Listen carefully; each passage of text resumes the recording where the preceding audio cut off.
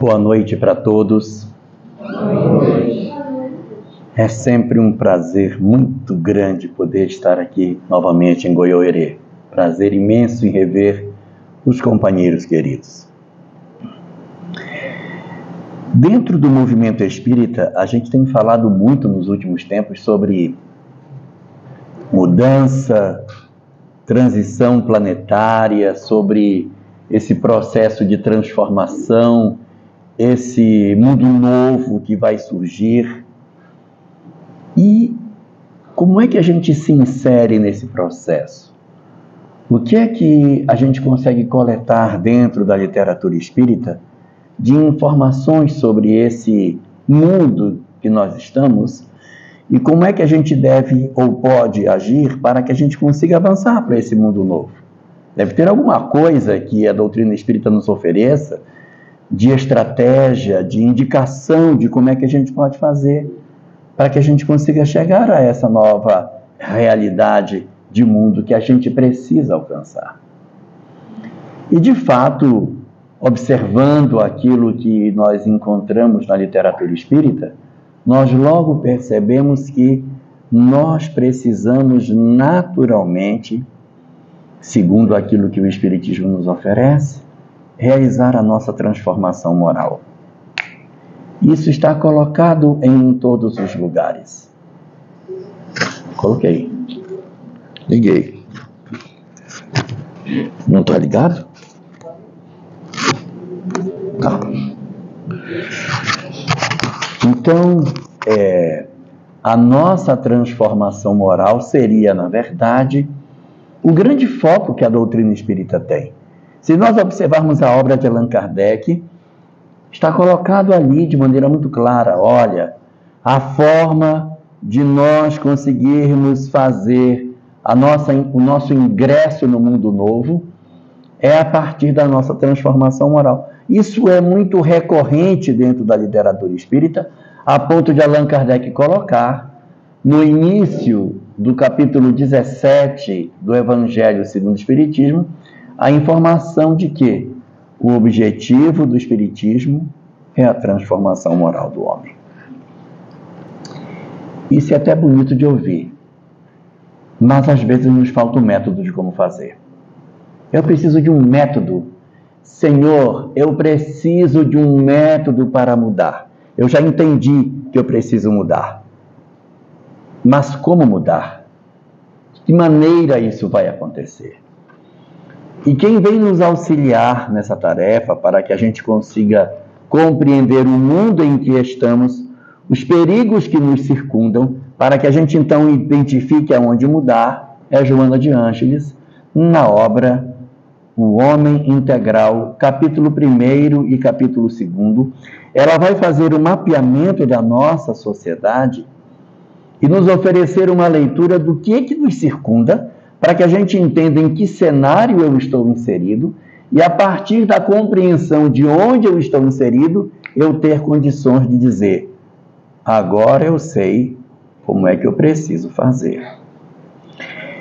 E é esse texto de Joana, nesses 2 capítulos iniciais da obra O Homem Integral, que vai nos dizer que na sociedade atual que nós estamos, nós enfrentamos 10 graves desafios que, de certa maneira, conspiram contra o equilíbrio do ser humano. Nós precisamos conhecer esses 10 desafios para que a gente consiga se movimentar na nossa sociedade sem que nós caiamos nas armadilhas que esses instrumentos de perturbação hoje possuem e que geram na nossa sociedade motivos de queda para todos nós. Joana nos fala que todo o processo de perturbação que a nossa humanidade atravessa partiu de um ponto específico, que foi a semeadura da descrença na sociedade ocidental.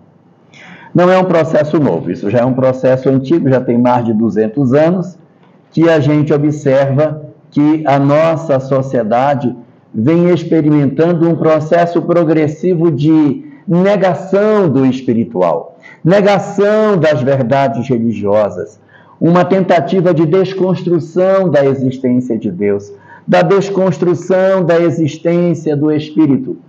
Há todo um conjunto de mobilizações em nossa sociedade, no sentido de desmerecer a ideia da existência de algo além da matéria. Nós podemos entender isso, e até é possível até de compreender as razões pelas quais isso aconteceu, em função dos excessos que a religião cometeu nos séculos anteriores. A religião torturou, matou, colocou na fogueira, fez uma série de absurdos com os pesquisadores, os cientistas, os filósofos, pensadores, os médiuns, todos aqueles que de alguma forma se posicionaram de maneira diferente da visão dominante religiosa do Ocidente foram sacrificados.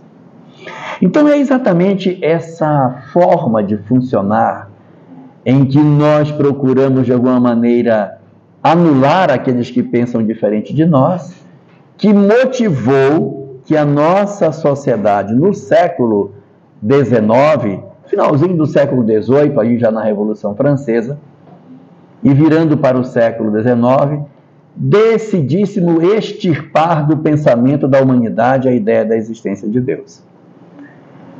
Na verdade, nós deveríamos, como diz Joana de Ângeles no livro Libertação do Sofrimento, capítulo 2, extirpar o fanatismo religioso. Verdade, o fanatismo religioso não pode existir, isso é um absurdo. Só que, como nós somos imperfeitos, na hora de retirar o fanatismo, nós retiramos junto, não só o fanatismo, tiramos também a religião. Isso foi ruim, mas não foi péssimo. Não foi péssimo porque sem religião a gente vive, tá? A gente vive. O problema é que o século XIX arrancou o fanatismo, a religião e a espiritualidade. Aí é que foi o problema. Quiseram construir uma sociedade sem Deus, uma sociedade desconectada da visão do espiritual, como se o homem fosse apenas matéria. E essa é a matriz de todo o processo de sofrimento que a nossa humanidade atravessa, que, segundo Joana, nós nunca tivemos na história da humanidade nenhum período em que a descrença fosse o pilar básico sobre o qual a nossa sociedade se estabelecesse. Então, Joana coloca que desses 10 pontos, o primeiro dos pontos, que de certa maneira é de onde surge toda a desconstrução da nossa sociedade atual, é a descrença. A negação de tudo que seja espiritual. E isso conduziu a um segundo problema, que é decorrência do primeiro. A descrença produziu a seguinte percepção: a vida então é só material, né? Então a gente só tem essa vida aqui, não tem outra vida lá. Se a vida é só matéria, eu tenho que ser feliz onde? Eu tenho que ser feliz aqui. Então eu tenho que ter o carro mais bonito, a mulher mais bonita, o marido mais bonito, corpo mais bonito, a casa mais bonita, tudo de melhor. Tem que viajar, tem que ser rico. Porque se não tem nada depois, eu tenho que viver tudo do lado de cá. Então nos diz a doutrina espírita, e mais especificamente Joana de Ângeles, que a descrença gerou uma sede de consumo da matéria, ou seja, a vida se voltou para o mundo material. Então as pessoas procuraram as academias, não é para ficar saudável. Não, olha, eu estou com um problema de pressão alta, preciso fazer exercício, preciso fazer alongamento, tenho que... Não é mais. Nós estamos em busca do corpo perfeito. E às vezes a gente quer o corpo perfeito já assim com uma idade próxima da minha. Não vou dizer igual porque não dá. Mas próxima da minha, e a gente quer, e o corpo não vai mais ter 20 anos, ele não vai mais. Não tem mais como, não existe mais como a gente tentar fazer uma juventude eterna. Ela não vai existir. Mas eu tenho pavor de envelhecer, eu tenho pavor de ficar velho, porque a velhice significa o princípio do fim, e como eu vou morrer e vou acabar, eu preciso ter todos os prazeres que a vida pode me oferecer. Então a gente compra carro, compra isso, compra aquilo, vivendo uma vida focada apenas nos aspectos materiais. Esse processo da busca dessas questões materiais levou a um terceiro problema. O terceiro problema é o seguinte: já que eu tenho que me dar bem, só tem matéria mesmo, e eu preciso ser feliz, eu não vou me preocupar com os outros, não. Eu vou me preocupar só comigo. Cada um que carregue a sua cruz. Eu não vou dividir o que eu tenho, eu não vou partilhar nada, e cada um que se vire. E nessa visão, a nossa sociedade ocidental desenvolveu um mecanismo de individualismo danado, em que a nossa sociedade está desesperada, querendo empurrar para baixo os outros para tentar chegar em cima. Então vale enganar, vale trapacear, vale mentir, vale usar de métodos escusos para subir. Vale tudo, afinal de contas, se é verdade que eu sou só corpo, eu não tenho tempo para perder com outras pessoas, eu tenho que cuidar de mim. Pra você ter uma ideia, a juventude japonesa, hoje, está passando por um fenômeno muito interessante. Boa parte dos jovens do Japão, eles não querem ter um parceiro afetivo. Não querem. Não quer casar. Ele não quer casar, mas também não quer ter namorada, não quer ter ninguém. Ele não quer ter nada. E por que eles não querem? Porque é muito investimento um namorado, uma namorada. Tem que investir muito. Você tem que ir para a casa da pessoa, tem que sentar com ela, tem que ter paciência, tem que levar o ser humano para o cinema, volta, aí ficou com raiva, vou ligar de novo. Não faço isso não. Então, você investe muito. E a minha carreira profissional está passando. Não dá tempo de eu ficar tomando tempo contra de uma pessoa. Então, eu vou cuidar da minha vida pessoal, vou cuidar de mim, e ele que cuide de si. Então, cada um vive sua vida, eles não têm uma preocupação, essas pessoas, não são todas, né? Essa fração da juventude japonesa não está interessada em constituir família, porque é complicado demais e se gasta muito tempo para se conseguir fazer isso. É muito investimento para pouco resultado, melhor ser sozinho. Então a gente desenvolve um mecanismo de individualismo muito grande. A gente olha para a sociedade americana, o que é? É individualismo. Individualismo. A luta por um lugar ao sol. Então a gente está dentro de um modelo em que a descrença gerou em nós essa busca de uma visão puramente material que resultou nesse individualismo, que dá uma quarta consequência. Segundo Joana, a quarta consequência é que a gente, para se satisfazer, para ficar feliz, já que não tem mundo espiritual, já que é só vida material, a melhor maneira de eu ficar feliz é consumir, gente. É ir para o shopping e gastar. Mesmo que eu não precise, mas aquele momento que você pega o objeto, comprei. Às vezes você nem precisa, às vezes compra e coloca no armário, põe no cabide, guarda no guarda-roupa e nem usa, mas comprei. E nós entramos numa onda de consumismo muito grande, que, segundo Joana, é o quarto grave problema que a gente tem. Esse consumismo exagerado, em que a gente troca de celular quando o celular ainda presta. A gente troca de carro antes de o carro envelhecer, porque vai que, né? Então você troca de celular, troca de geladeira, troca de casa, troca de marido, você troca de tudo, porque a coisa vai ficando um pouco mais velha e vai passando para frente. E assim, vai acontecer até um problema grave, porque nós temos um capítulo do livro dos médiuns que vai ter que ser arrancado e jogado fora. Se não me engano é o capítulo 19. Chama-se Lugares Mal Assombrados. Não vai ter mais, porque as pessoas não vão mais se apegar. Atualmente as pessoas já estão se desapegando dos seus bens. Na minha época a pessoa casava e morava 40 anos na mesma casa. 50, 60 anos. Aí o marido desencarnava, ficava viúva e andava pela casa, porque conhecia todos os cantos, passando a mão. Não, esse aqui é a cozinha. Não pode mudar de casa. Desencarnava e ficava morando no mesmo ambiente. Hoje não é mais assim, porque a gente troca tanto de casa que não consegue nem saber onde vai assombrar. porque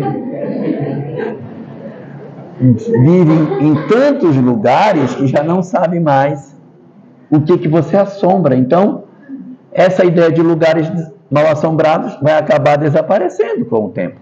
Por quê? Por conta desse consumismo desmedido que a gente tem. Essa seria a quarta das preocupações na construção da sociedade em que vivemos.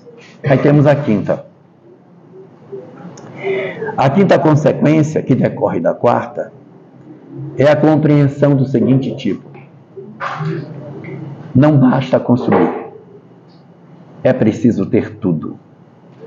Sem limites, qualquer conduta vale.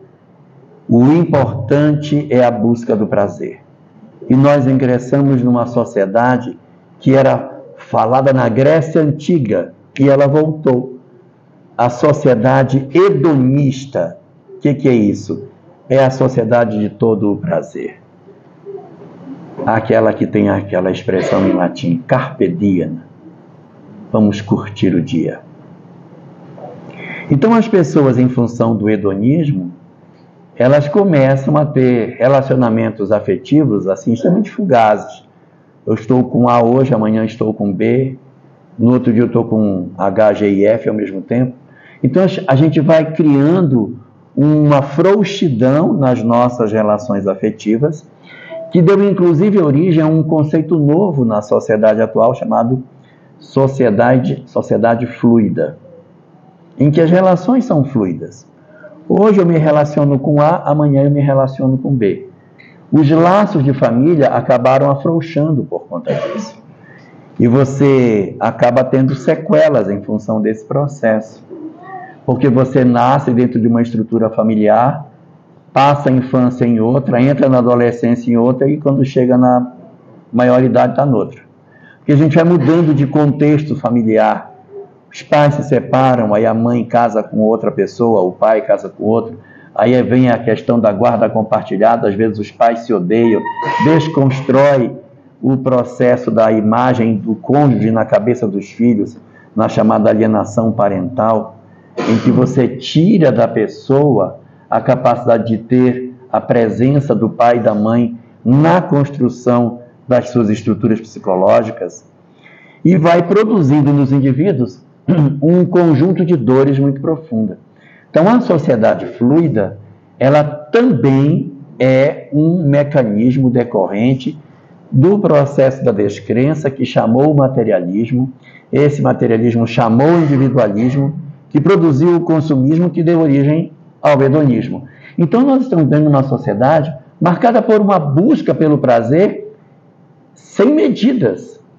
Vale todos os tipos de estratégias para obter prazer, vale todo tipo de relacionamentos. Promiscuidade hoje está muito forte na nossa sociedade. Mas esse é só o quinto. Tem o sexto. O sexto fator que decorre do quinto, que decorre do hedonismo, é uma busca incessante pela estética. A nossa sociedade hoje está aflita demais pelo corpo perfeito. Então tem todo tipo de prótese, tem todo tipo de recurso para que você apresente um corpo que até nem é seu. E isso é até complicado, porque na época que eu era menino, a menina mais bonita era a garota lá da escola. Ela era muito bonita. Hoje não é mais. A menina da escola é feia, coitada. Ela é feia. Porque bonita é aquela menina que eu vejo lá no Instagram, que publica umas fotos, que eu não sei nem quem é, não sei nem quem é essa garota, eu nunca vi, mas as fotos dela são maravilhosas.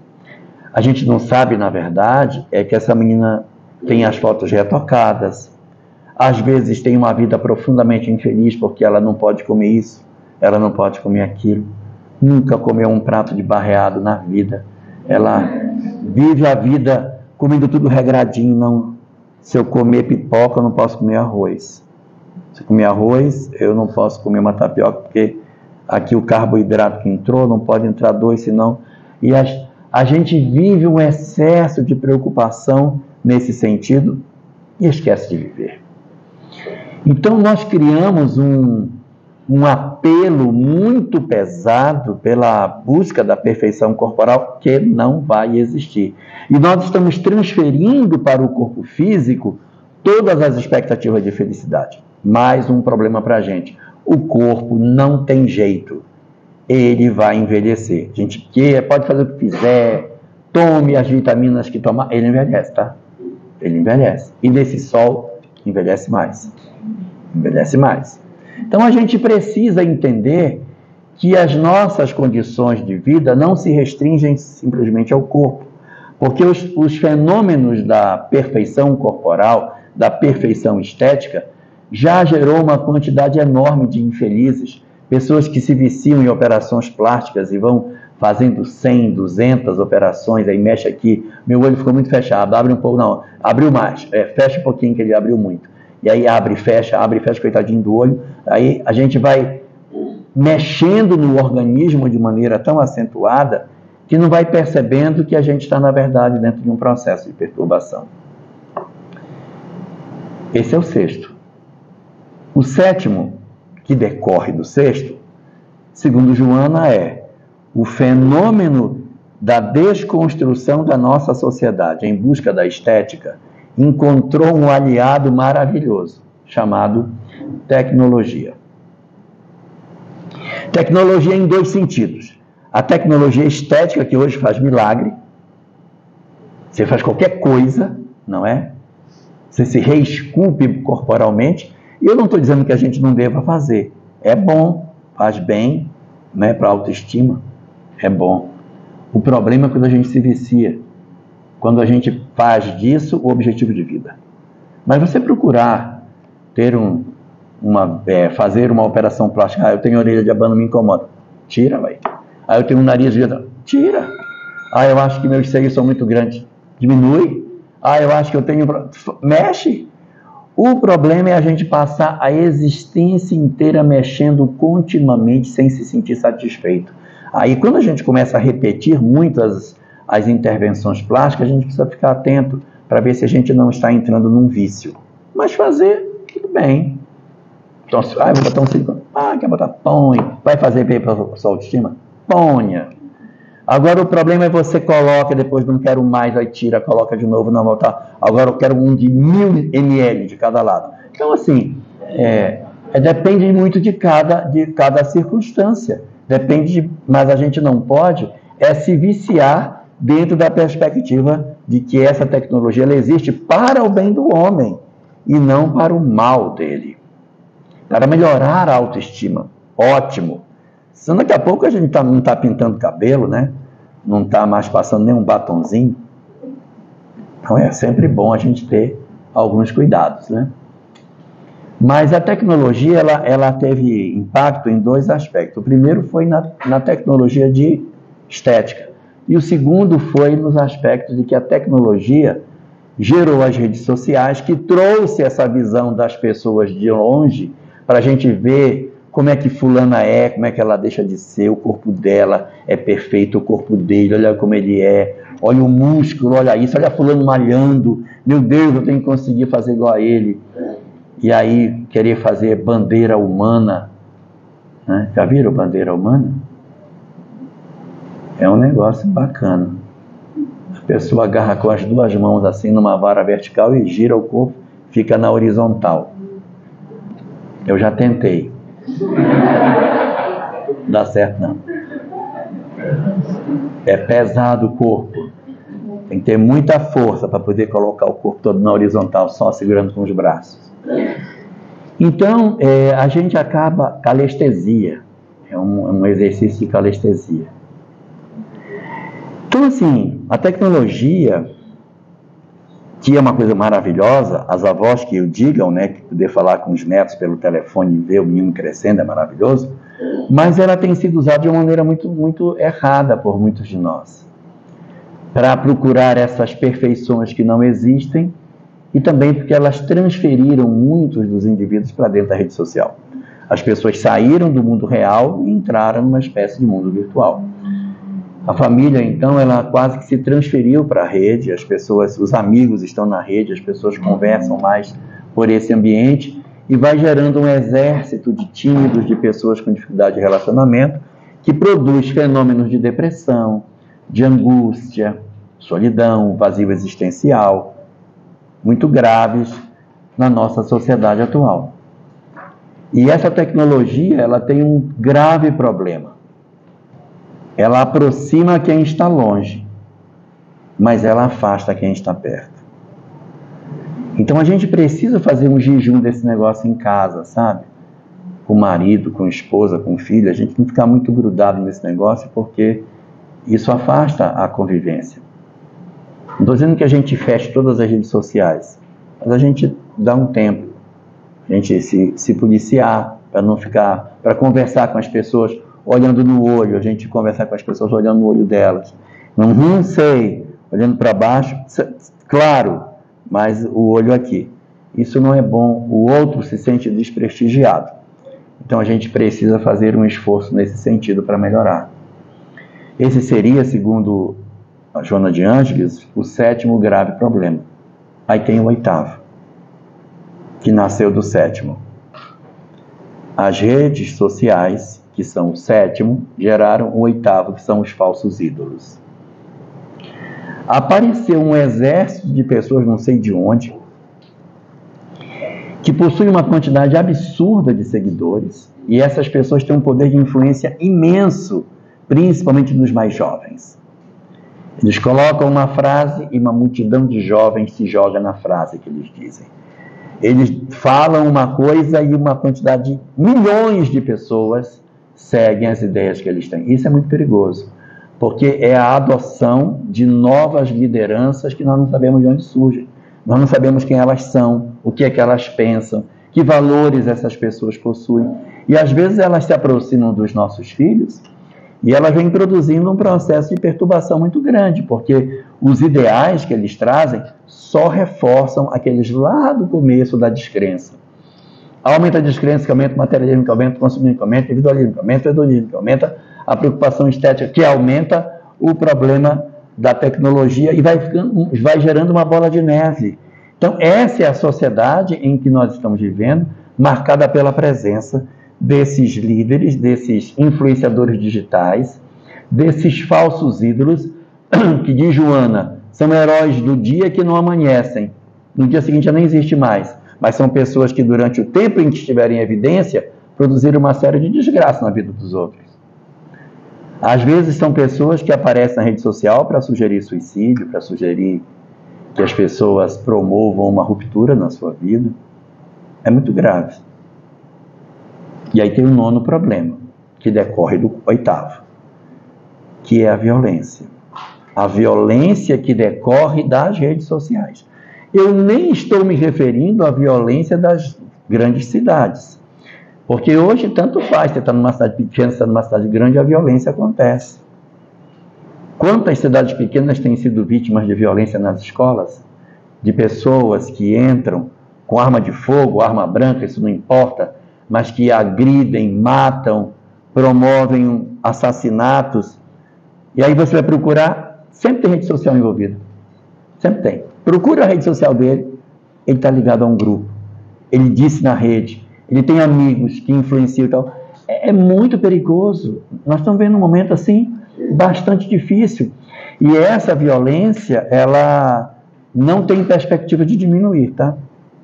O que se observa no cenário que nós estamos é o aumento dessa violência, em função dos embates entre os diversos grupos que se segmentam na sociedade e um se apresenta contrário ao outro.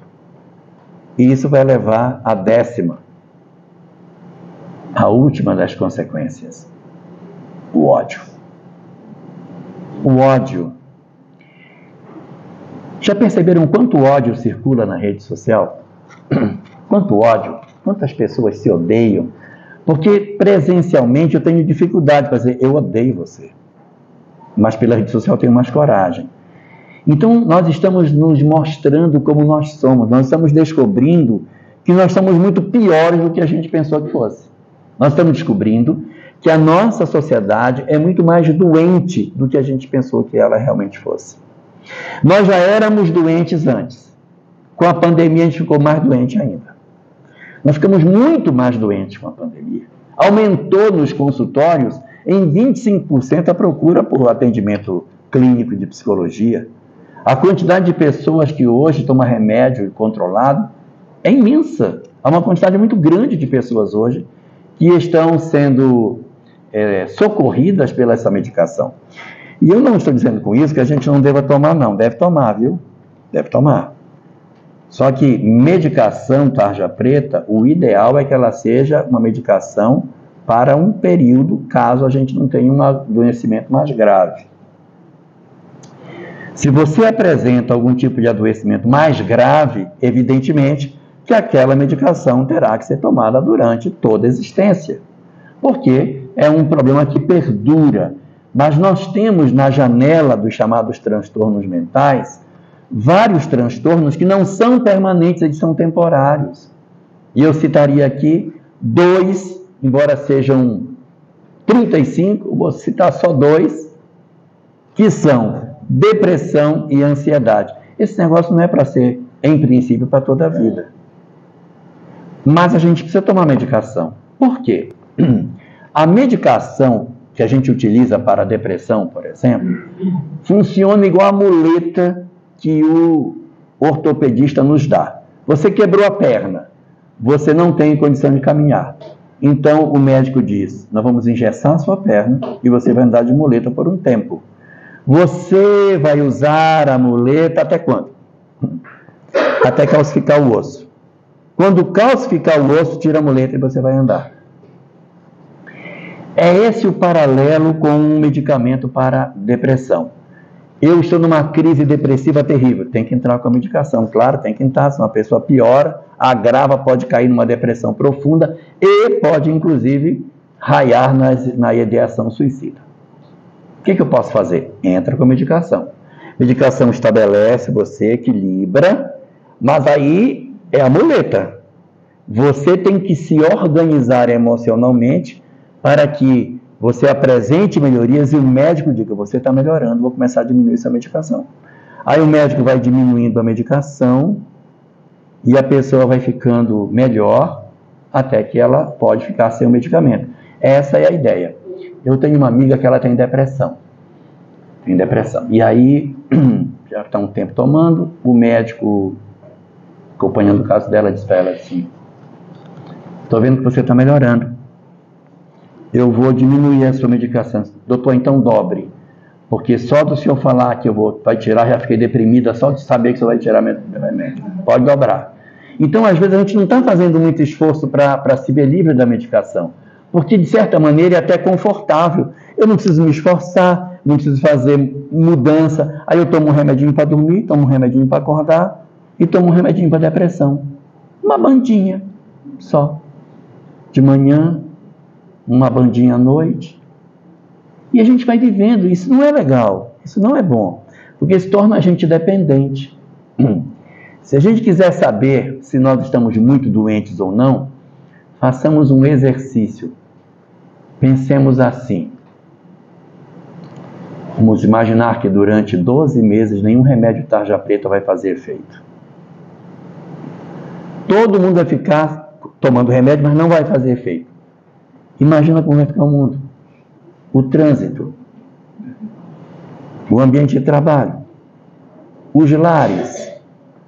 O que vai piorar a nossa sociedade? Então nós estamos muito mais doentes do que a gente pensa que é.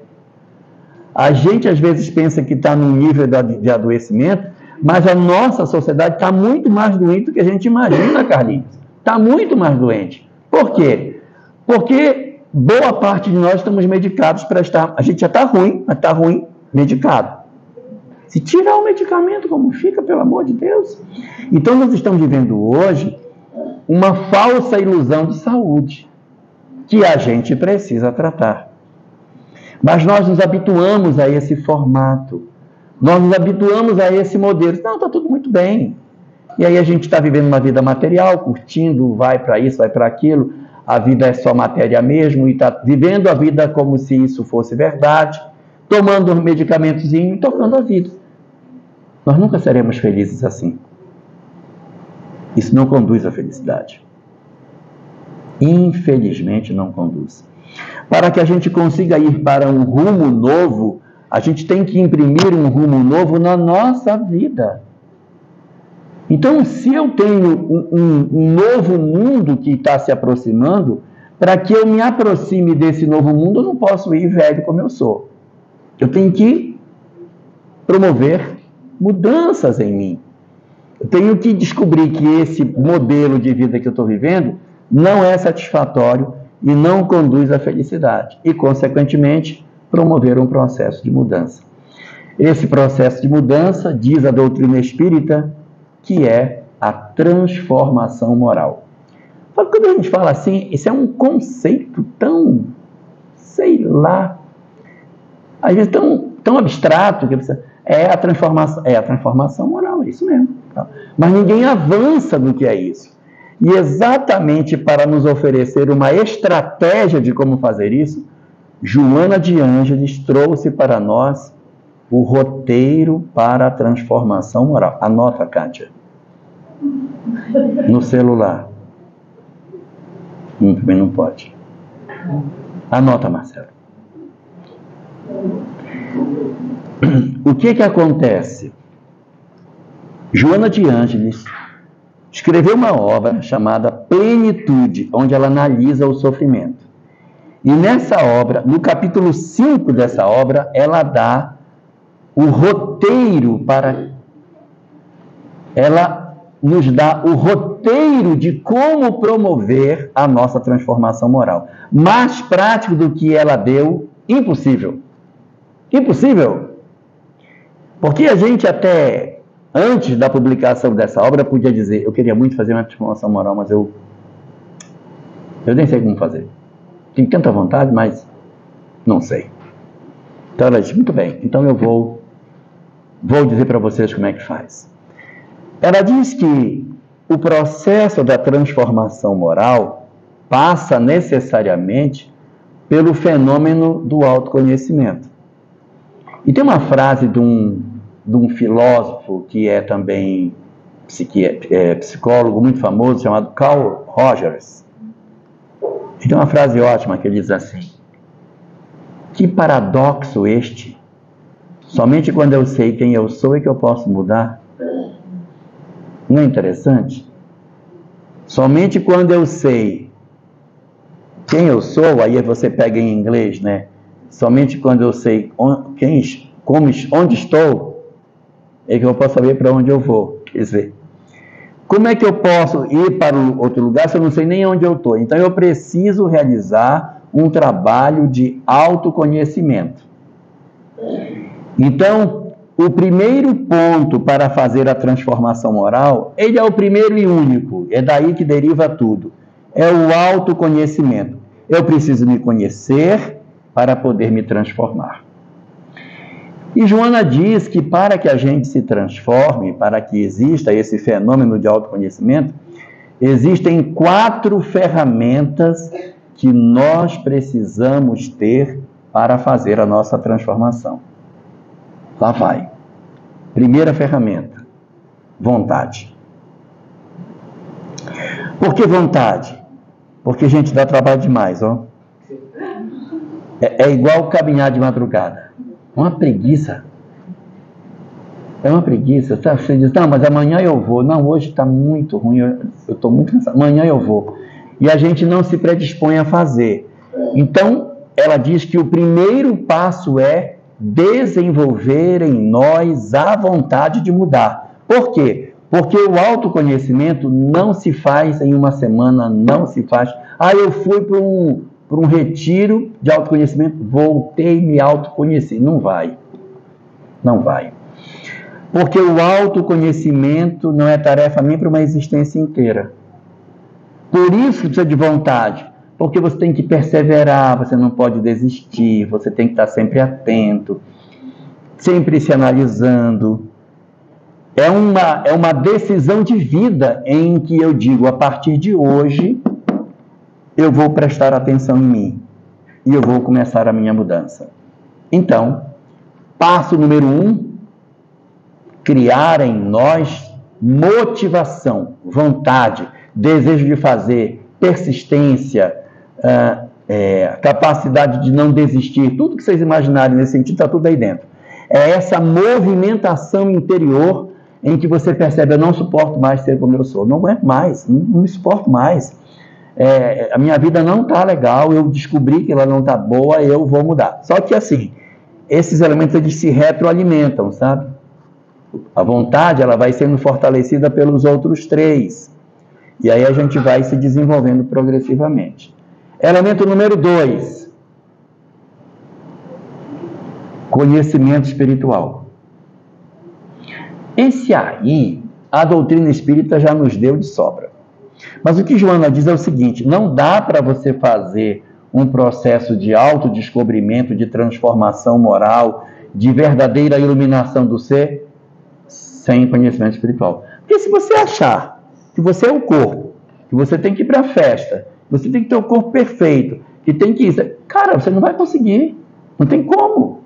Você só vai conseguir fazer uma verdadeira mudança se eu souber que eu sou um espírito. Eu tenho que saber que eu sou um espírito, sou uma alma imortal, que eu sou indestrutível, que eu caminho para a felicidade, que a reencarnação tem como propósito a minha melhoria, que o sentido do sofrimento, isso tudo aí a gente já tem.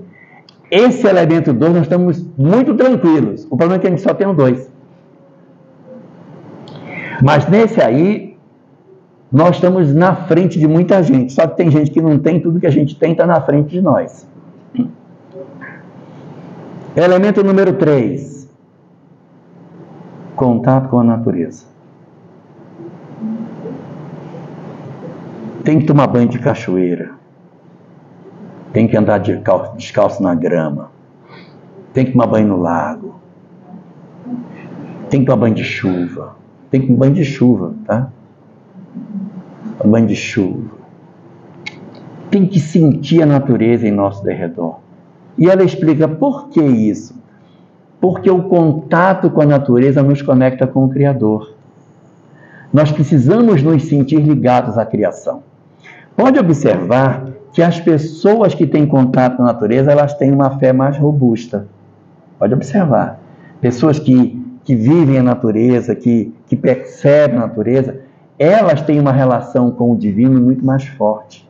Elas se percebem integrantes da criação. Elas se percebem como sendo fruto de um processo amoroso. Então isso é importante. Não é suficiente só ter conhecimento espiritual. É importante também que a pessoa tenha momentos, assim, vou ter um momento de lazer.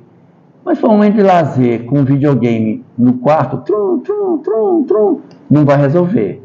É um lazer diferente, é o lazer que faz a gente sentar num banco de praça, sem pressa nenhuma, ler um livro num local aprazível, jogar bola no meio da grama, fazer coisa boa, sair com os netos. Às vezes a gente está sem vontade, sai com os netos que eles vão dar lá alguma motivação. Uma canseira danada, mas é uma estratégia da gente fazer esse contato com a natureza. Número 4. Meditação. Quando a gente ouve falar assim, meditação, a gente diz assim, mas isso é coisa de oriental. Eu não imagino eu sentado em posição de lótus na minha casa. E por que eu preciso fazer isso para me transformar? Parece que não casa uma coisa com a outra. É porque nós ocidentais achamos que meditação é ficar quieto, imóvel, ali, horas. Meditação não é isso. A meditação é, verdade, você ter uma quietude corporal, então você tem que ir para um local tranquilo, botar uma música tranquila. Tem na internet uns vídeos no YouTube do Divaldo, chamado Visualizações Terapêuticas. Você bota para você relaxar. É bom. Mas o objetivo da meditação não é que você simplesmente feche o olho e fique sem se mexer. É para que você, na quietude do corpo, você reflita no que você faz. É na hora que você medita, que você para dizer, bem, agora eu vou dar uma revisada em como é que está a minha vida e onde é que eu estou errando. Joana diz que você tem que fazer isso 1 ou 2 vezes ao dia. Tirar um momentinho para fazer essa reflexão.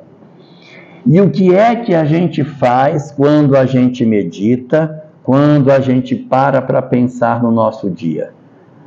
A gente vai pensar no que a gente fez, se a gente está fazendo coisa certa. Se a gente está fazendo coisa errada, a gente precisa saber se o que a gente está fazendo é certo ou errado. A gente nunca pensa no que faz. A gente vai só fazendo. Ah, não estou nem aí mesmo. Ah, não estou nem aí. O ocidental não tem tendência de fazer isso. Nós acordamos de manhã pensando no almoço. É assim que funciona. E a gente está lavando a louça para fazer o almoço, mas não está concentrado na louça que está lavando, está pensando no almoço. Aí está comendo, está pensando na louça que vai lavar. A gente nunca está no momento que a gente está. Experimente um dia em casa na hora do almoço, quando tiver todo mundo na mesa, você dizer, gente, queria agradecer a todos vocês pela companhia de vocês aqui hoje comigo. Muito obrigado pelo almoço de domingo que vocês estão me oportunizando. Muito obrigado fulano, muito obrigado fulano, pela presença de vocês. É muito agradável ter vocês comigo. Muito obrigado. Vão achar que você está louco, porque nós não temos o hábito de celebrar o presente. Nós só temos o hábito de celebrar o passado. Vamos lembrar hoje que é aniversário fulano, mas a gente não lembra agora da pessoa que está conosco. Vai lembrar fulano que morreu. Por que você não disse isso quando ele estava? A gente tem muito dessa questão. Então, na hora da meditação, é o momento de nós refletirmos sobre nós próprios, analisarmos a nossa vida, pensarmos sobre o que estamos fazendo. E para direcionar esse raciocínio, eu vou dar 7 formas a gente pensar sobre o que a gente está fazendo. Anota. São 7. Não, põe na outra folha. Vai ficar melhor. Primeira, repasse o seu dia e veja se você fez alguma coisa. Se você feriu alguém, se fez tudo o que deveria ou se deixou de fazer alguma coisa. Repasse o seu dia todinho. Questão 919A do Livro dos Espíritos. Repasse o dia todo e verifique se você fez alguma coisa que foi errada. Só repassar o dia. Número 2. Teve dúvida? Você tem dúvida? Acho que o que eu fiz, acho que era certo. Eu acho que não estava errado. Acho que estava certo. Tem dúvida se estava certo ou errado? Então, exercício número 2. Retire você da cena e coloque outra pessoa e observe você fazendo. Se você olhar outra pessoa fazendo, põe a sua sogra fazendo essa atividade. Se você achar que está certo, porque realmente é correto. Está certo o que você fez. Mas se você, quando substitui por outra pessoa, pensa no seu vizinho fazendo o que você fez, acho que isso aí não é certo não, hein? Não está correto. Eu sou muito condescendente quando eu me coloco na posição. Então a gente tira e coloca outra pessoa no lugar para medir se aquilo que a gente fez está correto ou não. É confuso? Número 3. Identifique os seus gatilhos de desequilíbrio. Como seria isso? Você repassa o dia verificando qual foi a hora que você se aborreceu. Teve um momento, gente, que me deu uma ira tão grande. Aí eu digo, mas por que foi que eu me aborreci? O que foi que houve para que eu me irritasse? Foi a frase que a pessoa usou? Foi o momento em que ela falou? Então eu vou tentando inibir as causas de gatilho. Então eu já percebi que quando alguém fala isso para mim, me irrita. Quando, por exemplo, alguém chega assim, sim, você vai lavar a louça ou não vai? Aí aquilo me irrita, porque eu ia lavar. Mas aí quando a pessoa pergunta, aí já me irrita, porque eu ia lavar. Então, para não acontecer, já lave. Porque já sabe que se a pessoa cobrar, vai lhe irritar, então já lave. Priorize. Porque quando você priorizou outra coisa, ele aborreceu. Então, priorize o certo. Então, analisar os gatilhos é verificar o que é que me desequilibra, o que é que me irrita, o que é que me faz ficar triste, o que é que me faz querer bater nas pessoas. Quais são as ações que acontecem e que me retiram do eixo? que quando eu penso, nossa, caí de novo, fiz besteira novamente. Que burrice, eu não deveria ter feito isso. Foi bem aqui, ó, eu vou descobrir onde foi na hora que eu dei aso a determinada ação. Foi bem aqui, quando eu fiz isso, eu abri a comporta para fazer uma bobagem, depois me arrependi. Então, vamos para a nascente, para o gatilho, e evitar o gatilho. Número 4. Considerar o que as pessoas falam de nós. Considerar é diferente de ouvir. Que ouvir todo mundo ouve, mas a gente ouve e não considera. Ela falou, mas é tudo besteira. Não tem nada a ver. Ouvir e considerar é ouvir e considerar o que a pessoa falou. Ouvir, todo mundo ouve. A gente senta, pode falar. Diga aí, o que você acha de mim? Aí a pessoa fala, eu estou ouvindo, mas eu não estou considerando. Igual a pessoa que anota, com todo saia massa e joga fora. Pronto. Tá? Tudo anotado. Nós vamos providenciar isso para a comunidade. O que é que você vai providenciar? Tem que fazer isso aqui. Anota, recebe uma pessoa que é uma liderança comunitária. O que você precisa lá? Eu preciso que limpe a escola. Limpar a escola. O nome da escola? Que mais? Preciso que faça recuperação da iluminação. Recuperar a iluminação. Qual é a rua? Boa, muito bem. Que mais? Preciso também que dê uma arrumada no posto de saúde. Posto de saúde, arrumar posto de saúde. Pronto, está tudo anotado aqui. O senhor pode ficar tranquilo.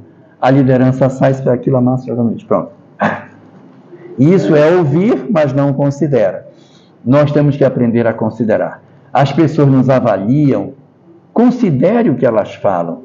Principalmente as que não gostam de nós, são as que melhor nos ajudam. Porque elas são bem sinceras.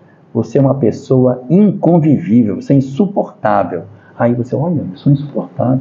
Em vez de você odiar, olha o que ela disse de mim. Aproveite a avaliação e considere que ela está lhe dando uma boa informação sobre você mesmo, que os seus amigos não lhe dariam. Mas os nossos inimigos têm uma excelente sinceridade que pode ajudar muito o nosso autoconhecimento. Sogra, nesse momento, é uma pessoa muito importante. Pode ajudar demais esse processo de autoconhecimento. Número 5. O número 5, você tem dúvida se o que você fez é certo ou errado. Eu não tenho certeza. Será que é certo o que eu fiz? Eu não estou fazendo mal a ninguém. Eu faço errado só porque eu acordo meio-dia, sento na mesa para comer, e aí eu me levanto e vou deitar e nem tiro o meu prato da mesa? Não estou fazendo mal a ninguém, não estou batendo em ninguém, não estou maltratando ninguém. Não posso dormir até meio-dia e sentar na mesa, comer e voltar para dormir de novo, e à noite sair para a rua? Como é que eu vou saber se a minha conduta é certa ou errada? Tem uma estratégia. Nós pegamos a nossa conduta e generalizamos, imaginando todo o planeta fazendo igual a nós. Minha mãe acordando meio-dia e sentando na mesa. Meu pai acordando meio-dia e sentando na mesa. Se o mundo ficar melhor com o que eu faço, a conduta é boa. Se não der certo, porque é ruim. Essa é uma medida para você se autoconhecer. Gostou dessa? Immanuel Kant. É dele. Número 6. Eu já rastreei várias formas de saber se o que eu faço é certo ou errado. Tem uma sexta forma. A sexta forma é de Joana de Ângeles. Ela diz assim: analise se o que você faz preserva a vida. Se o que você faz preserva a vida, é bom. Se conspira contra a vida, não é bom. E é bastante lógico. Por quê? Deus é o supremo bem. E Deus fez a criação. Se Deus fez a criação também é o bem. E a criação é vida. Se você destrói a vida, você está indo contra a vontade de Deus. Então, não é bom. Então eu comi demais, que eu fiquei assim, meu Deus, empanzinado, não consegui nem levantar da mesa direito. Eu fiquei respirando, passando mal. Isso é certo ou errado? Verifique se isso é a favor ou ao contrário. Isso é bom para a saúde, um negócio desse? Então não é bom. Não, eu fiquei sem comer o dia todinho para eu emagrecer. Comi nada. Só bebi água 2 vezes só, porque até água, às vezes, eu fico preocupado que possa me engordar. Aí você pensa, isso é a favor ou é contra a vida? Aí você decide. Aborto, pena de morte, suicídio, eutanásia. Verifique se é contra ou a favor da vida. E aí você vai perceber o que é que a doutrina espírita nos sugere. Com relação ao aborto, quero só fazer uma observação. É que o espiritismo é sempre a favor da vida, das 2 vidas. Tanto da vida da criança como da vida da mãe. Ele não é a favor da vida da criança em detrimento da mãe. Então você tem que cuidar dos 2. O aborto pode ser uma decisão equivocada, mas a mulher que pratica o aborto, ela não é um equívoco, ela é uma pessoa. Ela precisa de acolhimento, precisa de ajuda. Quem deve ser analisado de maneira a não se repetir é o aborto. Mas a pessoa que praticou por ignorância, por pressão social, por pressão da família, por uma série de situações, a gente tem que ter um olhar de misericórdia em cima disso. Mas nem por isso a gente deve estimular, porque a gente sabe as consequências espirituais que isso tem, e segundo a doutrina espírita a gente deve evitar. 7ª, tem dúvida se o que você faz é certo ou errado? Então imagine a cena acontecendo, do jeitinho que ela aconteceu, imagine Jesus olhando você fazer. Você faria? Se você faria, então é porque é bom. Pode ser Jesus, pode ser a mãe, é sua mãe. Se você gostaria que sua mãe visse isso, você gostaria que Jesus visse isso, pense uma pessoa que é referência do bem, olhando você fazer isso. Isso tudo está dentro do 4. Vamos voltar para o 4, Kátia. Não, volta para o... Então nós temos 4 ferramentas. Nós temos a vontade, o conhecimento espiritual, o contato com a natureza e a meditação. Essas são 4 ferramentas que eu preciso ter. É isso que vai me capacitar para fazer a minha transformação. Mas não são só as ferramentas. A gente tem que ver os resultados, que são 8. E é hoje que a gente não sai daqui.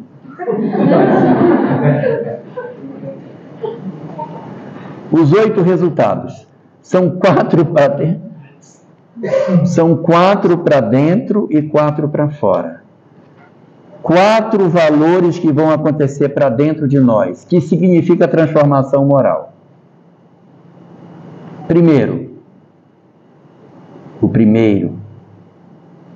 O auto-perdão. Eu preciso me perdoar. A gente precisa, nesse processo de autoconhecimento, visitar o nosso passado, conversar com o adolescente que a gente já foi e fazer as pazes com esse adolescente.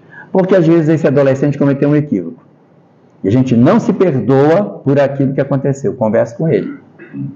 Porque esse adolescente precisa de acolhimento.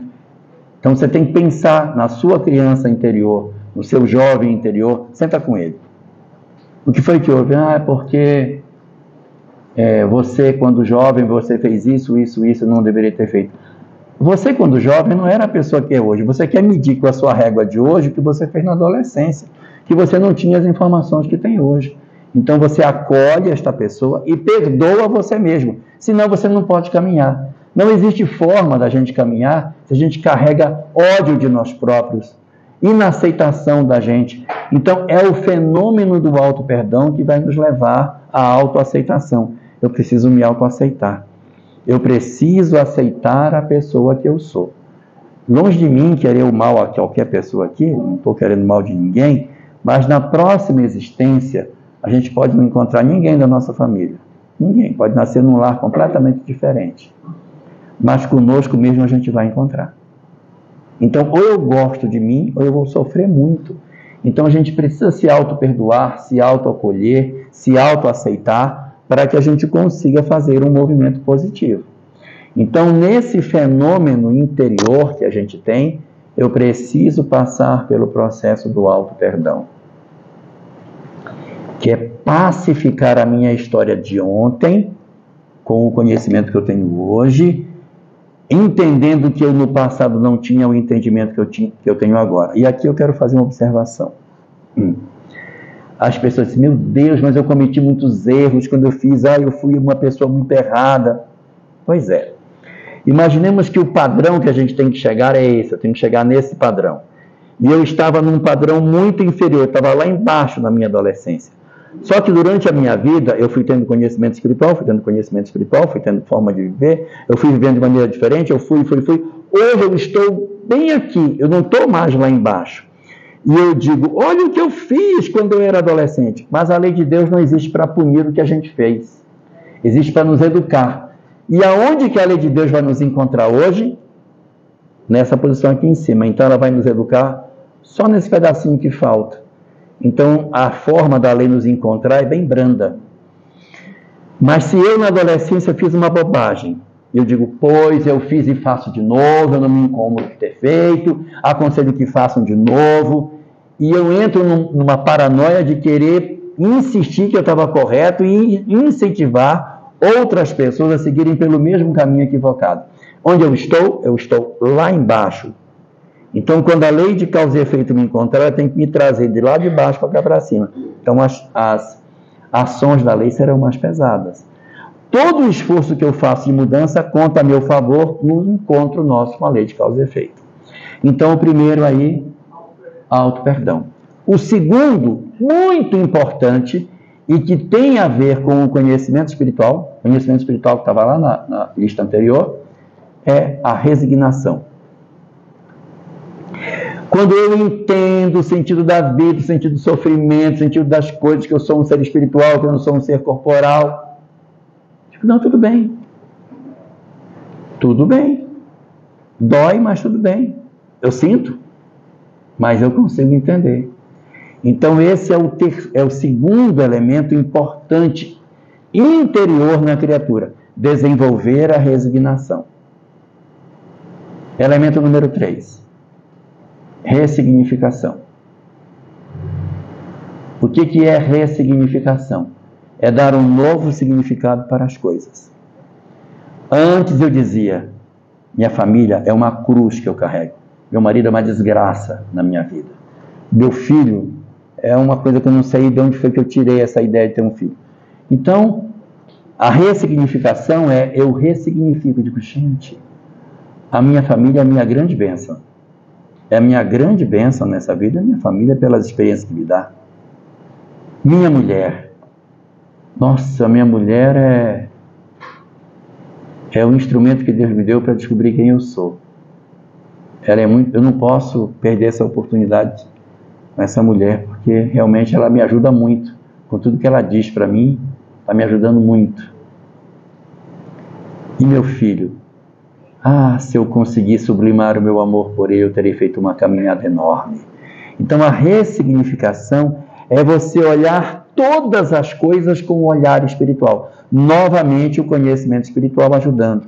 E aí, essa ida à natureza, ela é muito importante para fortalecer os vínculos com Deus, facilitando esse mecanismo. E no topo dessa parte interior está a iluminação. É lógico que isso não é assim. Eu me auto-perdoo, aí eu passo pelo fenômeno da resignação, que passa pela seguinte. Não é. A gente fica em círculos, vai progressivamente, rodando, girando, mas esses são os 4 objetivos internos, e tem os externos. Muito bem, você está boa de matemática. São 4 externos. O primeiro deles é a caridade. O primeiro é a caridade. Mas fora da caridade não há salvação. Você tem que ter esse aí. Mas isso aqui é só um, tem 4.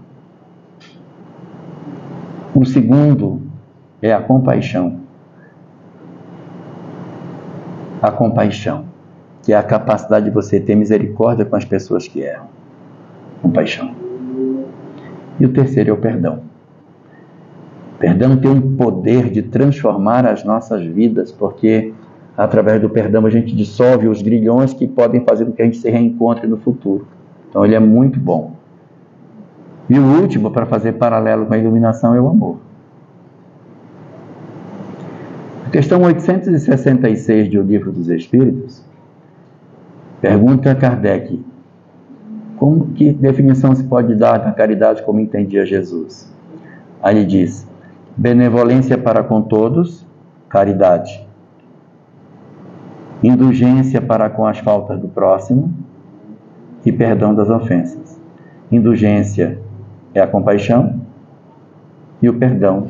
Então, o BIP está aí representado nesse diagrama de Joana de Ângeles, que culmina com o amor. Essa é a estratégia que Joana de Ângeles nos apresenta, é o roteiro que ela tem na obra, Plenitude, para que a gente possa alcançar o rumo para esse novo mundo, para esse mundo novo, para onde nós queremos ir. Então, o roteiro está posto, o diagnóstico está montado por Joana, só falta uma coisa: nós seguirmos, porque ninguém pode evoluir por ninguém.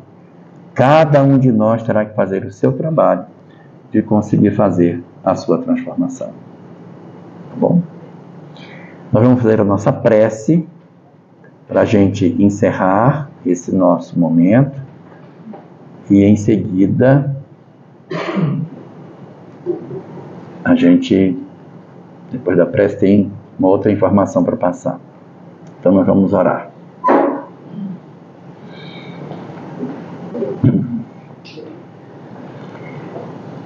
Querido Senhor das nossas vidas, oferece-nos da Tua alma, Senhor, da profundeza do Teu ser,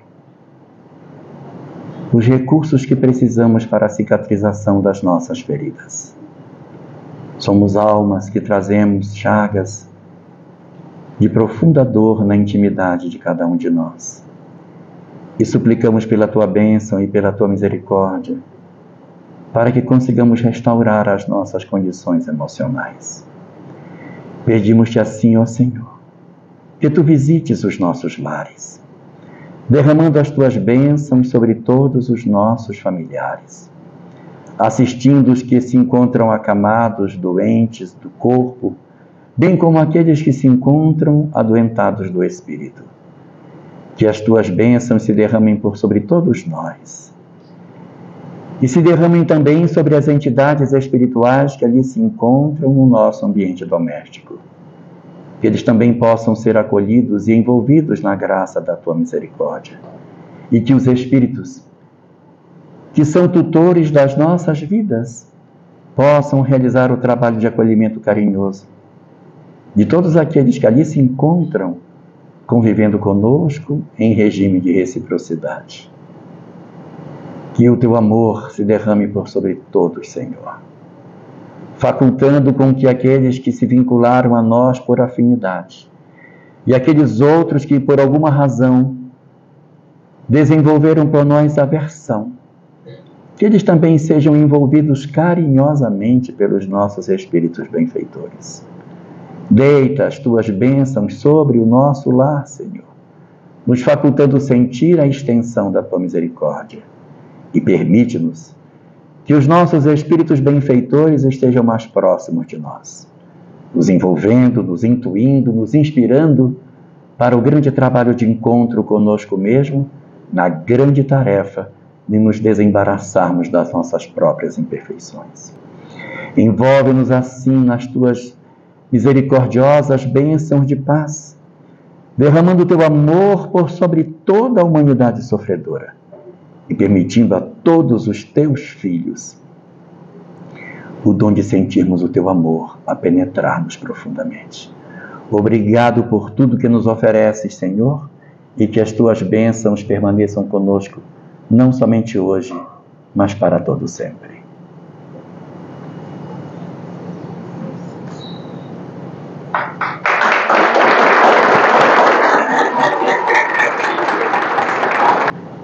Quem deixou a panela no fogo ou avisou que já ia voltar, está liberado, tá? Ninguém se sinta obrigado a ficar. Quem precisar sair, fique à vontade. Aqueles que tiverem interesse em ficar mais um tempo, a gente está à disposição, caso exista alguma pergunta sobre o tema ou fora do tema, a gente está à disposição. Uma de cada vez, senão eu vou me confundir. Diga. Jorge, quando a gente tem uma mágoa muito grande, né? Uma mágoa grande. É uma coisa que nos machuca muito, muito, muito. E a gente não dá conta, não consegue. Como que a gente...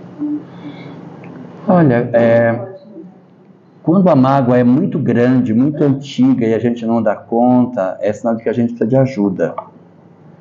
Aí precisa de um terapeuta para ajudar, sabe? Psicólogos têm muitos recursos para nos ajudar nesse sentido.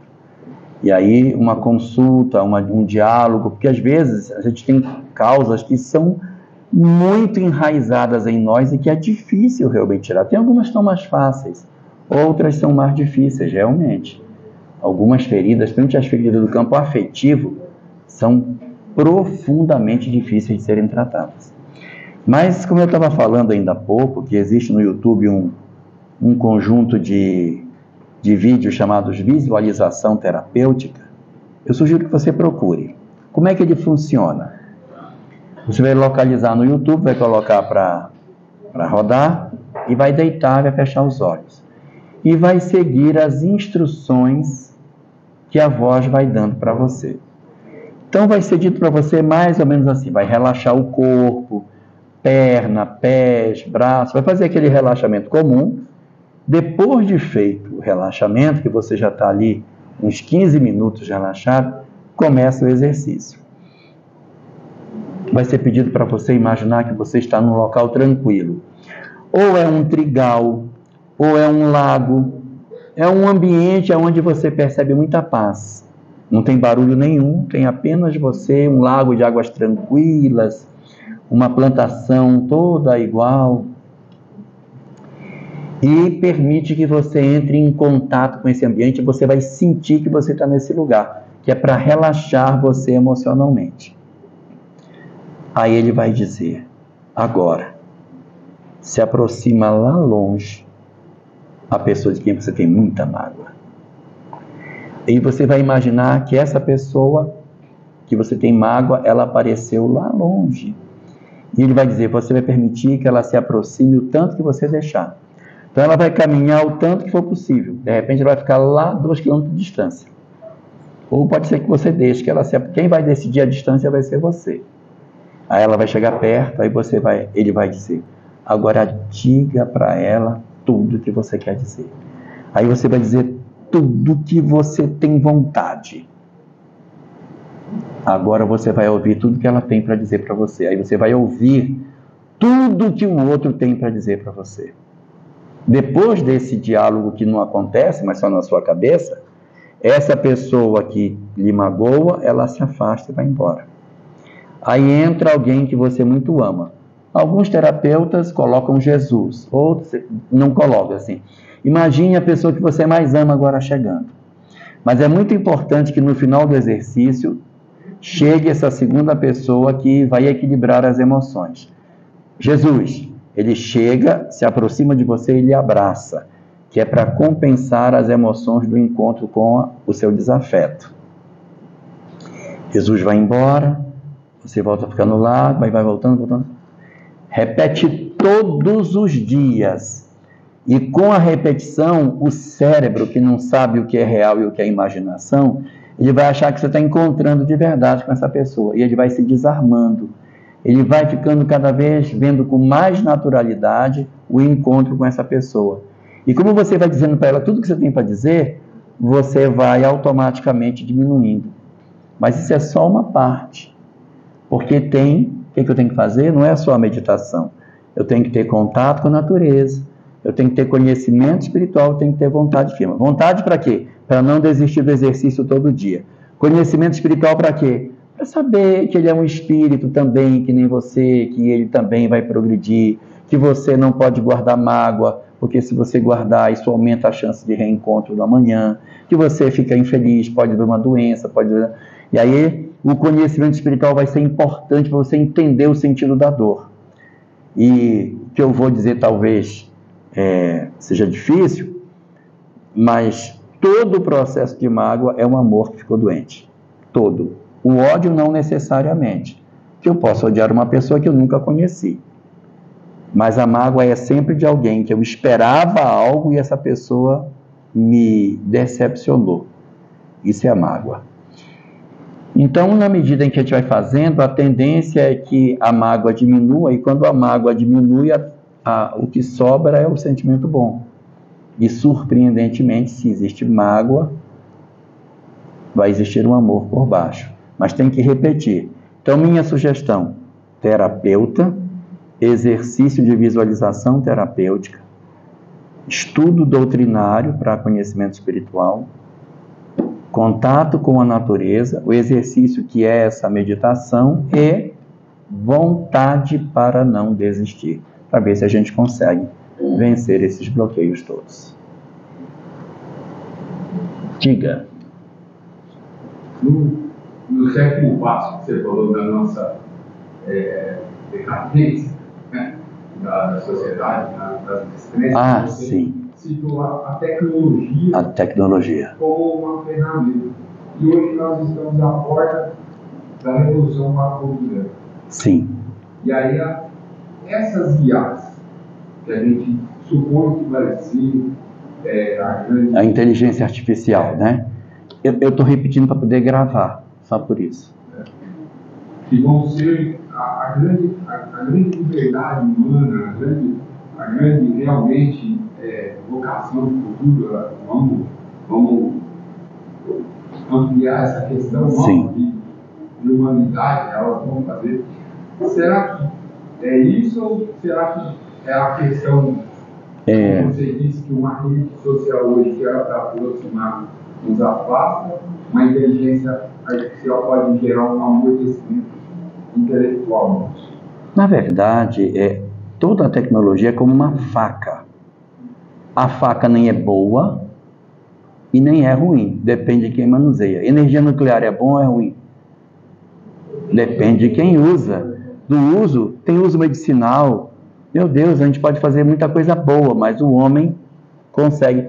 O cara que inventou a TNT, que é o Nobel, do prêmio Nobel, ele inventou para abrir buraco nas montanhas para o trem poder passar no Velho Oeste. Mas aí veio um cara que disse, gente, isso aqui num caixa eletrônico vai ser ótimo. Então você vê que existe da mente humana usos equivocados. As redes sociais, elas não foram criadas para ser um instrumento de ódio, elas foram para poder integrar a sociedade.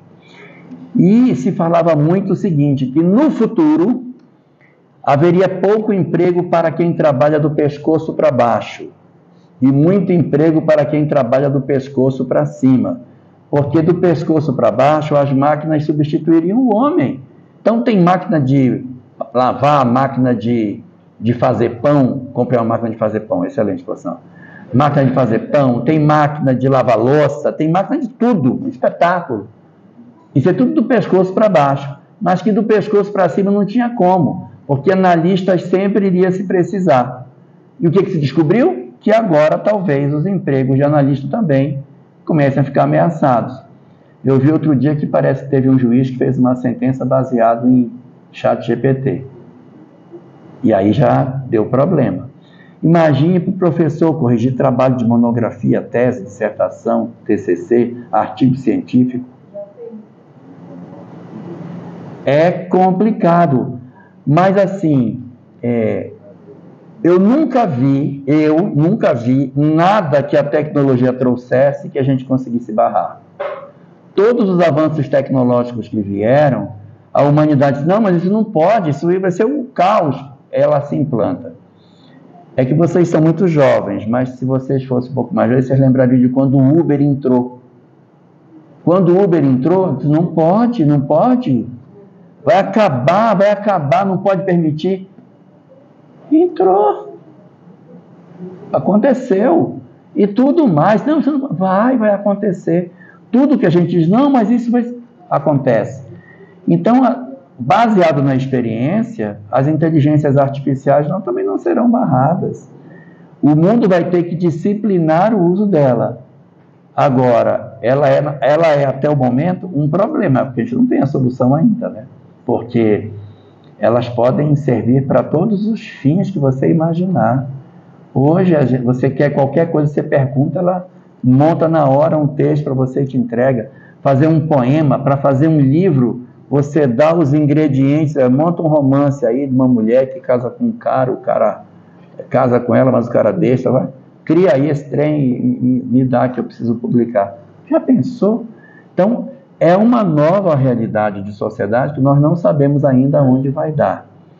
Mas, assim, a gente já viveu muitas revoluções. Em 1980, quando surgiu o primeiro bebê de proveta, o pessoal dizia, ninguém mais vai ter menino, vai ser tudo de proveta, daqui para frente.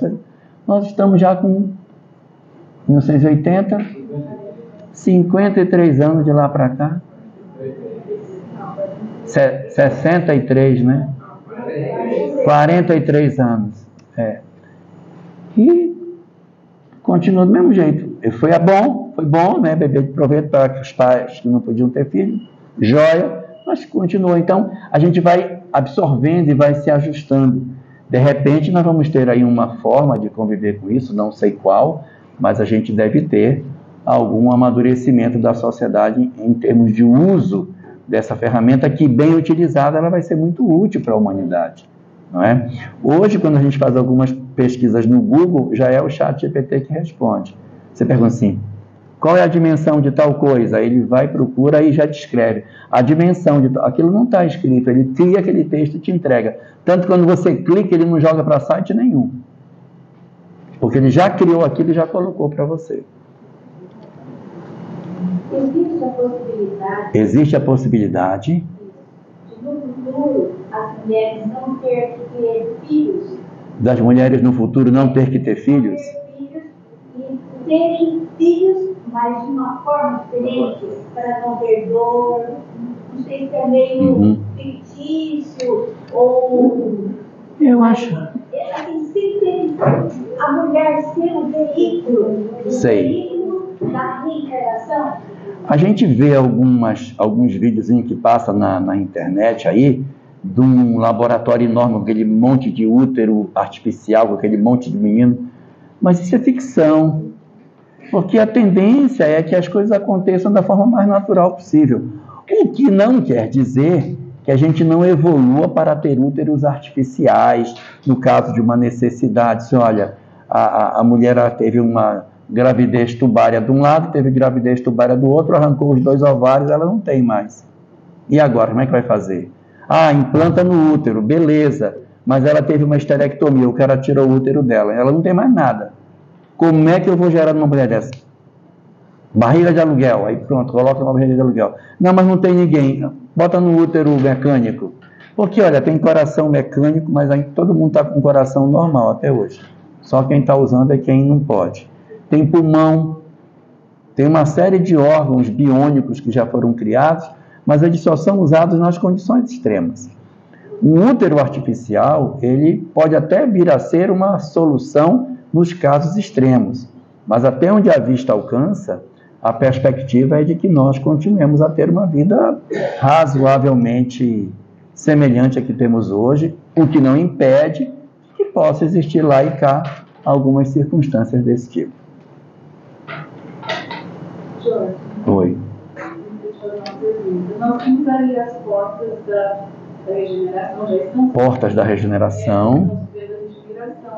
Os espiritistas, os espíritos falam a respeito dessa situação das guerras que a gente não sabe das guerras. Que existisse. Como que se explica isso? Em 1980, foi escrita uma obra chamada Mega Trends 2000, Mega Tendências para o ano 2000, que foi um grupo de cientistas, de estudiosos, que, analisando o contexto do mundo dos anos 80, desenhou como seria o terceiro milênio.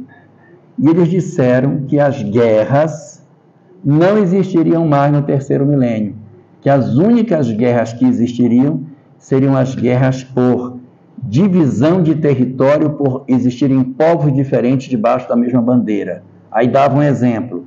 Na Espanha, o povo basco, que vive ali naquela região da Andaluzia, se apartar da Espanha. Na Irlanda, eles se apartarem da Grã-Bretanha. Então eles comentavam muito os curdos dentro da região do Iraque, ou seja, eu tenho um povo que não tem bandeira dentro de uma nação. Então ele dizia, esse é o que pode acontecer, mas guerras entre nações não deverá acontecer mais. Isso era o que se desenhava. Mas nós inauguramos o século XXI com as guerras religiosas, que a gente nem imaginava que isso pudesse voltar. Mas assim, eu quero trazer uma notícia boa dentro disso. Esse amargo conflito de Gaza, ele está mostrando um amadurecimento do planeta. Em que sentido? Se esperava que com a entrada de Israel em Gaza, o mundo árabe se voltasse contra Israel e iniciasse uma guerra. Não só entre Israel e Gaza, mas entre Israel e o mundo árabe. E quando o mundo árabe entrasse, os Estados Unidos iriam entrar. E se os Estados Unidos entrasse, a OTAN iria entrar. E se a OTAN entrasse, a Rússia, a China também iriam entrar pelo lado de lá. Ou seja, um pedacinho de terra desse tamanho ia provocar um conflito mundial. Isso não aconteceu.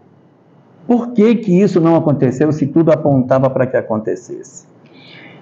Então, algumas pessoas que analisam a questão de geopolítica do Oriente Médio dizem que a motivação para a ação do Hamas foi porque Israel estava firmando um acordo com vários países árabes, capitaneados pela Arábia Saudita, para uma aceitação de Israel como nação. Porque vocês sabem, Israel não é reconhecido como país pelo mundo árabe, só o Egito. Se não me engano, a Jordânia também. O resto ninguém reconhece. Líbano não reconhece, Síria não reconhece, ninguém reconhece. Então ele está negociando ser aceito como país, porque se ele for aceito como país, pacifica tudo. E o que a Arábia Saudita quer reconhecer Israel, que nem está preocupado com nada disso lá? Por quê? Porque existe uma preocupação do mundo árabe contra o radicalismo islâmico. O mundo árabe não quer o radicalismo islâmico. Você acha que o rei da Arábia quer o radicalismo islâmico dentro do seu país? Ele não quer. O rei da Jordânia também não quer. Nenhum dos países constituídos do jeito que eles estão tem interesse no radicalismo.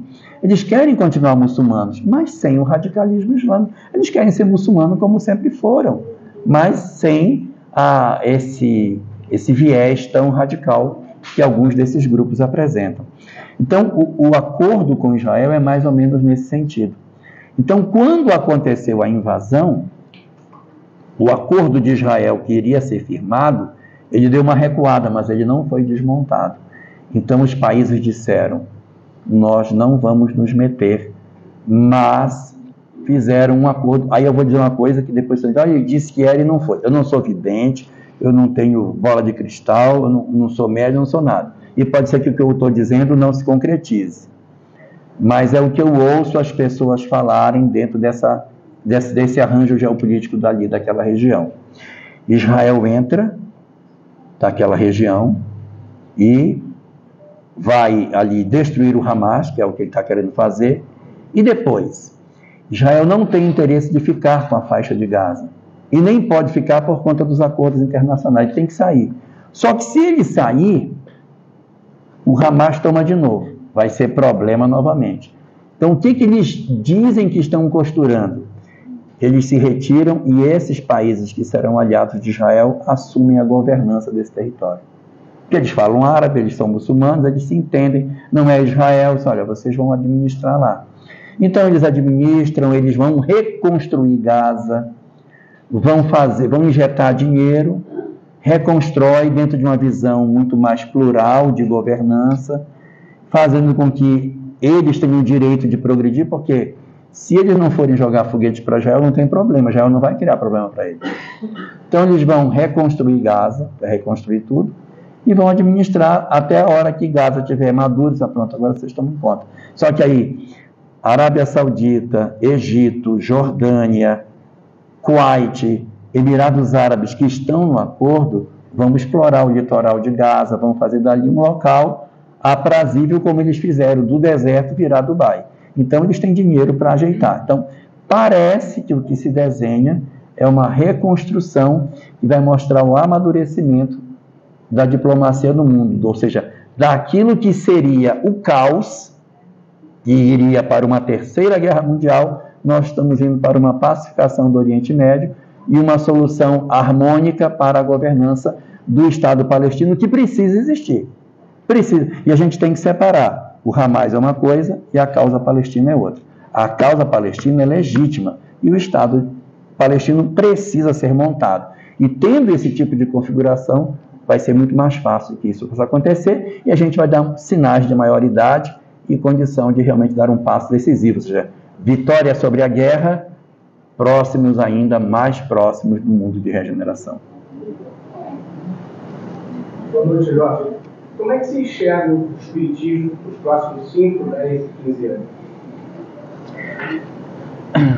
O que eu vou dizer talvez não agrade. Olha só. Nós estamos muito acostumados a ver o Consolador prometido como sendo o Espiritismo. Quem é o Consolador prometido? O Espiritismo. Mas o Espiritismo só tem basicamente no Brasil. Como é que ele vai ser o Consolador prometido se ele é uma parcela ínfima da população, segundo o IBGE, 2% da população brasileira, num país que não é o país mais populoso do mundo? Se for somar no mundo inteiro, não dá nem 0,5%. Então, um negócio que fica esquisito. Então, muito bem. Então, vamos analisar o que Kardec diz.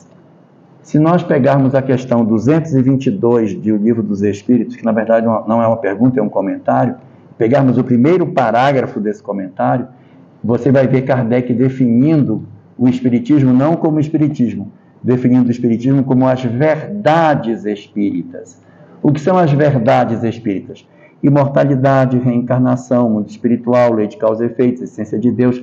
Isso são as verdades espíritas. É isso que é consolador. Não é o Espiritismo, é a verdade espírita, que está no Espiritismo, no racionalismo cristão, na logosofia, na teosofia, no círculo esotérico da comunhão do pensamento, na maçonaria, no pessoal da Igreja Messiânica, na Seichonoye, na arte Mahikari, no budismo, no hinduísmo, tem que ter lugar.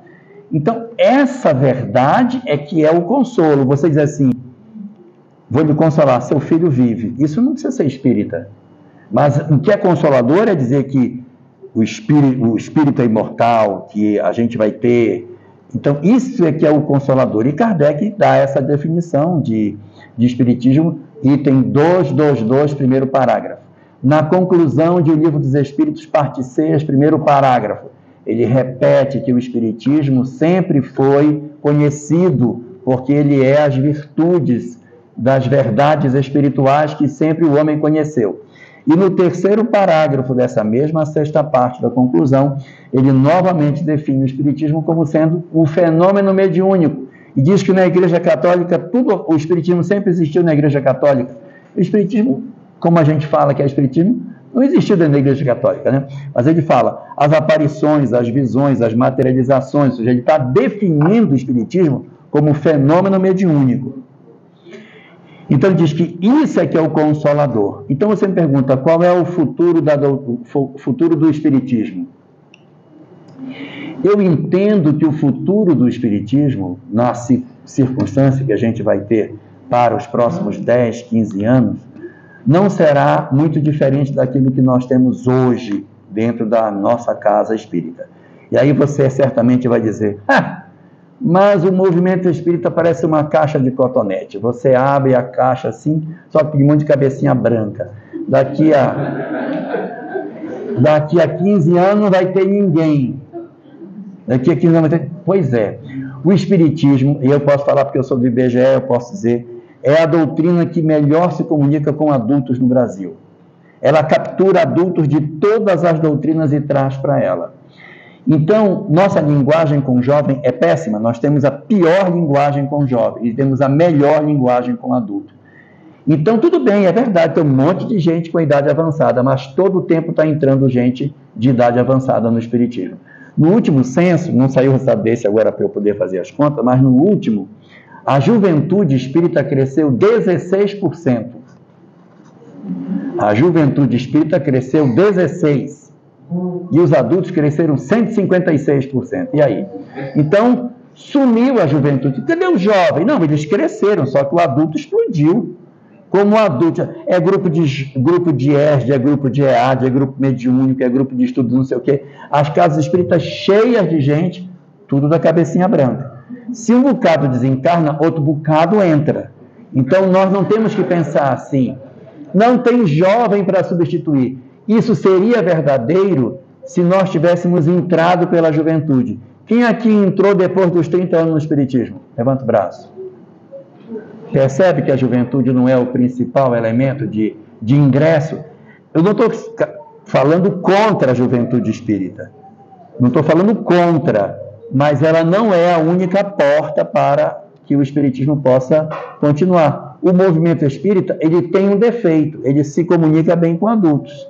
Por quê? Porque a linguagem dele é de racional, pensa no sofrimento, que não sei o quê, e o jovem às vezes não está preocupado com isso. Mas ele vai continuar, no horizonte das minhas vistas, se comunicando bem com os adultos e provavelmente se comunicando mal com os jovens. A gente vai continuar tendo um movimento predominantemente formado de pessoas adultas, às vezes até idosas, mas como a nossa sociedade também está envelhecendo, a gente tem cada vez um percentual maior de idosos, a gente vai ter cada vez mais uma representatividade mais fiel da sociedade dentro da casa espírita, porque a pirâmide até está invertendo, né? Ela era assim, está virando ao contrário, abrindo para o número de idosos.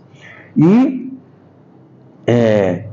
o que eu gostaria, na verdade, se eu pudesse dizer, o que eu gostaria que o Espiritismo e o movimento espírita fizesse, seria que nós descobríssemos a nossa função consoladora na sociedade. Nós estamos muito focados apenas em estudo e estamos esquecendo a população que padece. Eu não estou dizendo para a gente cortar grupo de estudo, mas para a gente olhar para as pessoas que estão se suicidando, estão deprimindo, estão com crise de ansiedade. E nós temos um excelente material e a gente ouviu tanto aquela mensagem de Jesus, entrai pela porta estreita, que a porta do centro é bem estreitinha, que ninguém enxerga. Então a gente precisa alargar a porta do centro, recebendo as pessoas, criar um grupo de luto. Por que não tem grupo de luto na casa? Grupo para receber os enlutados, para conversar sobre luto. Grupo para conversar com famílias de pessoas envolvidas com drogadição.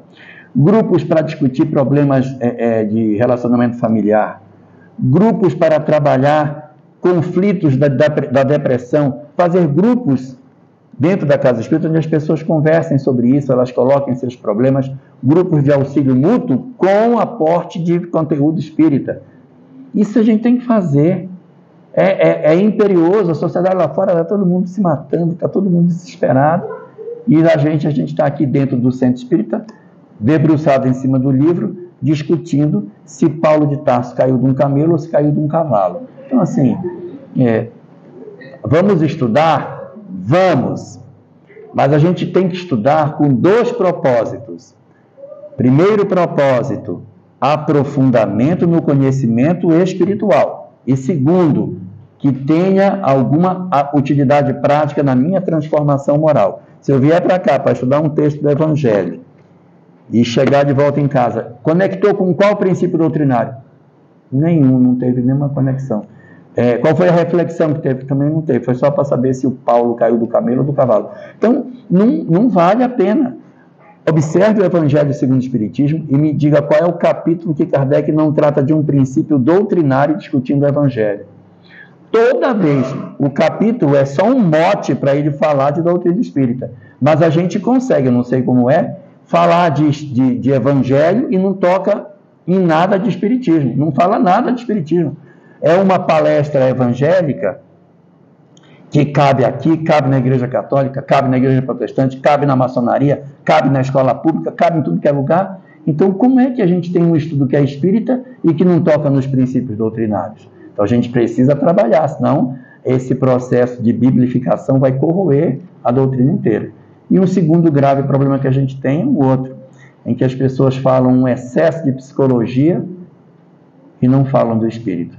É uma palestra inteira que não fala de Kardec, não fala de espírito, não fala de vida após a morte, não fala de reencarnação e não fala de lei de causa e efeito, só fala da vida. Não, porque a minha mãe, meu pai, aí quando Então, essa palestra, que é vendida como espiritismo, mas que na verdade é autoajuda, ela serve aqui, serve na Igreja Católica, serve em todo lugar. Então, ela também não é uma divulgação espírita. Para ser uma divulgação espírita, ela precisa estar apoiada nos princípios doutrinários e trazer uma reflexão moral de mudança para as pessoas. O que eu espero do espiritismo? Poucas mudanças em relação àquilo que ele é hoje, não é? Acredito que a gente fortalece os aspectos de estudo e nossa dificuldade de falar com os jovens, eu acredito que continua. Nós também temos uma tendência de falar só com as classes mais alfabetizadas. Isso também é uma característica nossa. Isso é desde o princípio do surgimento do espiritismo. Quando a gente levanta o perfil de escolaridade do brasileiro e o perfil de escolaridade do espírita é totalmente dispar. Eles não têm a correlação. E as outras doutrinas todas têm, o católico tem, o protestante tem, nós não temos. A gente só penetra em algumas camadas, tanto de renda como de escolaridade. E de idade também. Então, essa é a nossa característica. Não vejo que o movimento espírita venha a experimentar decréscimo nos próximos anos, mesmo com o pessoal desencarnando, tem muita gente entrando. Então, pode desencarnar à vontade, que vai ter gente entrando. Bom?